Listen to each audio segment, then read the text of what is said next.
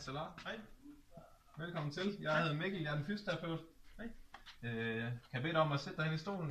Den til højre derovre. Allerede her, der starter undersøgelsen. Jeg holder øje med Salahs fodudvikling, hans holdning og hans generelle kropssprog.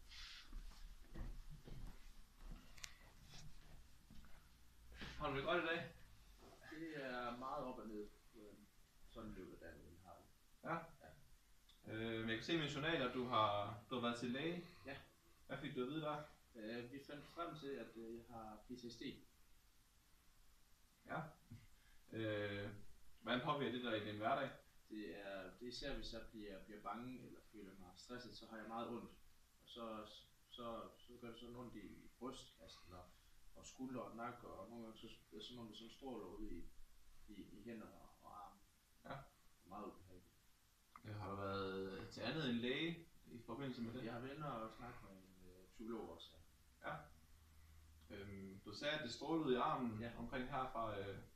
Hvor er smerten lokaliseret henne, som generelt? Det føles som om, at nogle gange så kommer det op fra nakken, og så går det hele vejen ud igennem armen.